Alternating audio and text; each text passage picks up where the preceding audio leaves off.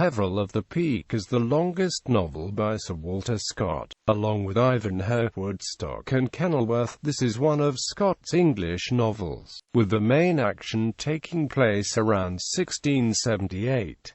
Plot. Introduction. Julian Peveril, a cavalier, is in love with Alice Bridgenorth, a Roundhead's daughter, but both he and his father are accused of involvement with the Popish plot of 1678. Most of the story takes place in Derbyshire, London, and on the Isle of Man. The title refers to Peveril Castle in Castleton, Derbyshire. Plot summary. Sir Geoffrey Peveril and Major Bridgenorth had been boys together, and although they adopted different views in religion and politics, the Major's influence had saved the Royalists' life after the Battle of Bolton-le-Moors, and Lady Peveril had brought up his motherless girl, Alice, with her own son. After the Restoration, the Countess of Derby, who, through treachery, had suffered a long imprisonment by the Roundheads, sought protection at Martindale Castle, where Bridgenorth would have arrested her for having caused his brother-in-law, William Christian, to be shot as a traitor, had not the knight interfered by tearing up the warrant, and escorting her through Cheshire on her return to the Isle of Man. Alice was of course withdrawn from his wife's care, and it was supposed the Major had emigrated to New England. Several years afterwards, Sir Geoffrey's son Julian became the companion of the young Earl, and, with the nurse Deborah's connivance, renewed his intimacy with his foster sister, who was under the care of her widowed aunt, Dame Christian. At one of the secret interviews between them, they were surprised by the entrance of her father, who related some of his religious experiences, and vaguely hinted that his consent to the marriage was not impossible. The next night, having undertaken to proceed to London, to clear the Countess and her son from the suspicion of being concerned in Titus Oates's pretended Popish plot, Julian was conducted to a sloop by Fenella, his patron's deaf and dumb dwarf, and, as she was being taken ashore against her will while he was asleep, he dreamt that he heard Alice's voice calling for his help. At Liverpool he met Topham with a warrant against Sir Geoffrey, and on his way to the Peak to warn him, he travelled with Edward Christian, passing as Ganless, a priest, who led him to an inn, where they supped with Chiffinch, a servant of Charles II. On reaching Martindale Castle, he found his father and mother in the custody of Roundheads, and he was taken by Bridgenorth as a prisoner to Moultrie Hall, where Alice received them, and he recognized Ganless among a number of Puritan visitors. During the night the hall was attacked by the dependents and miners of the Peveril estate, and, having regained his liberty, Julian started, with Lance as his servant, in search of his parents, who he ascertained were on their way to London in charge of Topham. At an inn where they halted, Julian overheard Chiffinch revealing to a courtier a plot against Alice,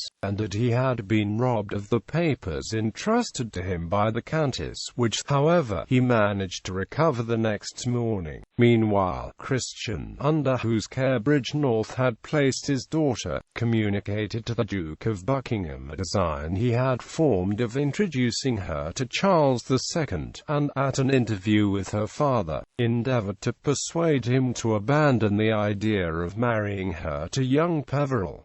Having reached London, Julian met Fenella, who led him into St. James's Park, where she attracted the notice of the king by dancing, and he sent them both to await his return at Chiffinch's apartments. Alice was already under the care of Mistress Chiffinch, and escaped from an interview with the Duke to find herself in the presence of Charles and her lover, with whom, after he had placed the Countess's papers in the king's hands, she was allowed to depart. Julian, however, lost her in a street fray, and having been committed to Newgate for wounding his assailant, he was placed in the same cell with the Queen's dwarf, and conversed with an invisible speaker. After startling Christian with the news that his niece had disappeared, the Duke bribed Colonel Blood to intercept his movements. so that he might not discover where she was, and was then himself astonished at finding Fenella instead of Alice, who had been captured by his servants in his house, and at her equally unexpected defiance of an escape from him. A few days afterwards, Sir Geoffrey Peveril, his son and the dwarf were tried for aiding and abetting Oates's plot, but after nearly 3 years and the execution of at least 15 innocent men, opinion had begun to turn against Oates. The last high-profile victim of the climate of suspicion was Oliver Plunkett, Archbishop of Armagh, whose unjust slaughter is retold by Scott with no small dose of bitterness.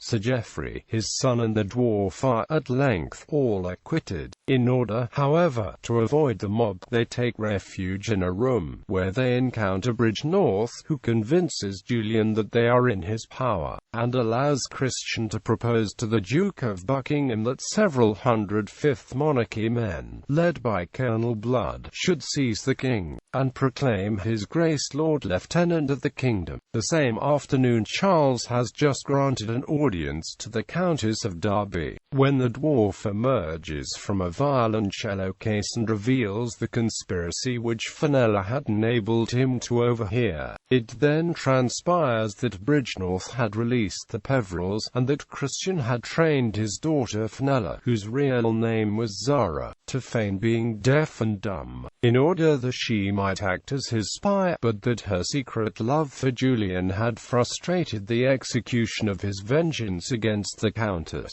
He is allowed to leave the country, and the Major, who on recovering Alice by Fenella's aid, had placed her under Lady Peveril's care, having offered to restore some of Sir Geoffrey's domains which had passed into his hands as her dowry. The king's recommendation secures the old knight's consent to the marriage, which within a few weeks unites the Martindale-Moultrie families and estates. Characters: Sir Geoffrey Peveril of Martindale Castle, the Peak, Derbyshire.